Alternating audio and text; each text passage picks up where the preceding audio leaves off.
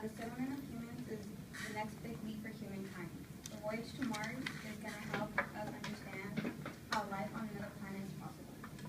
I am credible to speak upon this topic because I've been researching it for about a week. Learning about the Mars mission, we will get a better understanding of life is possible on another planet. I will first discuss how scientists believe life is possible on Mars. Then I will inform you about any challenges humans may have while on the mission to Mars. And lastly, I will inform you on the planet to go to Mars. So first, I will now explain how scientists believe life is possible on Mars. In order to know how human settlement is possible on Mars, we must first look at how it was billions of years ago. So many scientists believe Mars was once a warm planet with water and could have supported life at one point. Scientist Mark Huffman explains in a scholarly journal published in 2011 that Mars was cooled over time and its surface water disappeared. According to the scholarly journal, Michael Mormon, a NASA astronomer, discovered methane emissions from many different sites in 2009. The NASA and ESA, the European Space Agency, looked deeper into the methane emissions and other gases on Mars. Depending on the results, the methane could have been from a geological thing or from a living thing. For example, if it was with the sulfur dioxide, it could have come from a geological thing. But if it was found with hydrogen sulfide, it could have come from a living thing.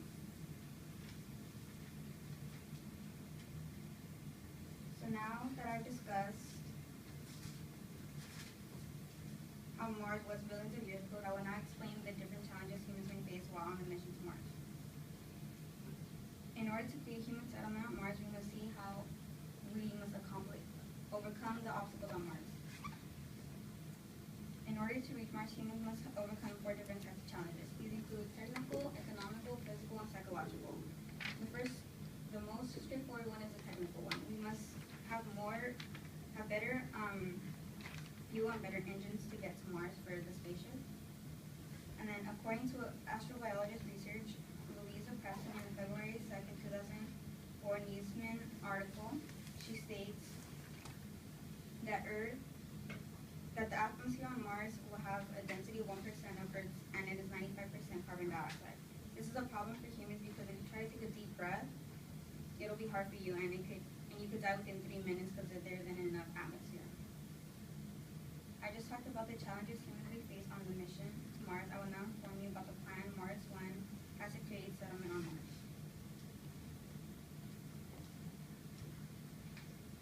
So first, Mars 1 will have to find many different people to train so they can go to Mars. So the different characteristics an astronomer must have is resilience, adaptability, curiosity, the ability to trust, and creativity.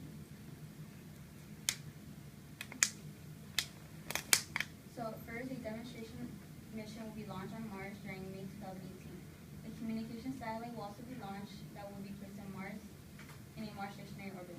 It allows 24/7 communication with Mars and Earth. It can send images, videos, and other information to Mars from the Mars surface. In 2020, a rover and a trailer will be launched. The rover can use a trailer to transport the landers to the outpost location. On Mars, the rover will drive around to find the best location for the human settlement. When the settlement is determined, the rover prepares the surface for the arrival of the cargo mission. A second communication satellite is launched into the orbit around the Sun. Together with the ComSat around Mars, it enables 24/7 communication with Mars, even when the Sun is between the 2 planets. And then after that, the 2 living units, 2 life support systems, and the supply units are sent to Mars in July 2027.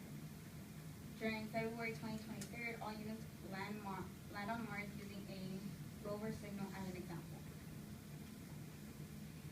In 2023, 6 cargo units land on Mars, and the rover picks up the first life support using the trailer. The life support system will enable the living unit to have water, air, and electricity. In 2024, the modules of Mars Transit Vehicle are sent to Earth to orbit around and receive status of the system on Mars. A month later, the first Mars crew will be fully fully trained and sent into orbit. At the same time, an assembly crew will be sent out, and then once the final check of the system on Mars is final, the assembly crew and the crew that will be on Mars will trade places, so the assembly crew can go back to Earth.